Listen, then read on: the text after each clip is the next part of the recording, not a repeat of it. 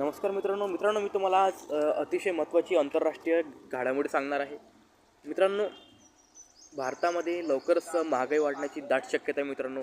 त्याचं कारण असं आहे की अमेरिकेमध्ये जे काही रशियन कंपन्या होत्या, म्हणजे रशिया हा जो देश आहे मित्रांनो, हा जगाच्या पाठीवर एकमेव तेल विक्रेता देश आहे.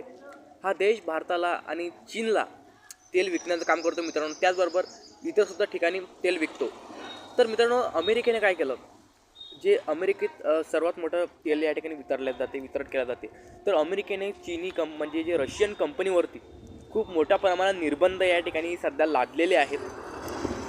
तर ते निर्बंध लादल्यामुळे मित्रांनो, जे रशियन तेल उत्पादक कंपन्या आहेत, त्या रशियन तेल उत्पादक कंपन्यांनी मित्रांनो आता ते तेल उत्पादक कंपन्या भारत आणि चीन मित्रांनो या ठिकाणी तेल एकदम महाग होणार आहे मित्रांनो.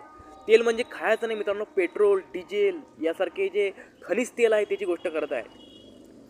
तर मित्रांनो, ते जर तेल वाढलं मित्रांनो, म्हणजे त्याच्यावरती निर्बंध लावलेले आहे, टॅक्स लावलेले आहे, खूप मोठे निर्बंध लावल्यामुळे ते नफा मिळवणार आहेत.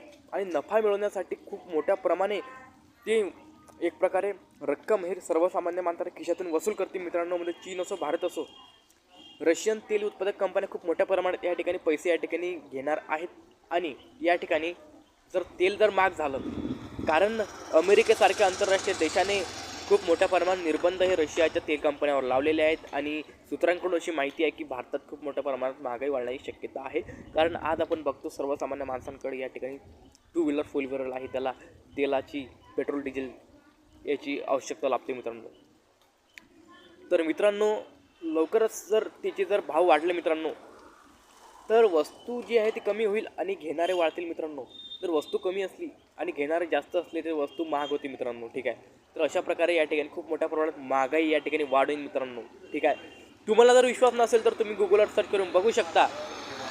आंतरराष्ट्रीय बाजारामध्ये अमेरिकेसारख्या देशाने आंतरराष्ट्रीय तेल उत्पादक कंपनी रशियावरती मोठ्या प्रमाणात निर्बंध लादलेले आहे मित्रांनो. म्हणजे जे प्रकार इंग्रजांच्या काळामध्ये जे प्रकार होत होते तेच प्रकार आपल्याला आताच्या काळामध्ये सुद्धा ती व्यापारी पद्धत आपल्याला बघायला मिळते. तर हे पूर्वकल्पना म्हणून तुमच्यापर्यंत हा संदेश मला पोहोचायचा होता, म्हणून मी हा शॉर्ट्स बनवतो आहे मित्रांनो. खरं तर हे आपलं चॅनल आहे, हे चॅनल शासकीय योजनांसाठी काम करते, परंतु अशा ज्या चालू घडामोडी असतात की लोकांना माहिती नसतात ते सुद्धा सांगण्याचं काम आपण या ठिकाणी करतो.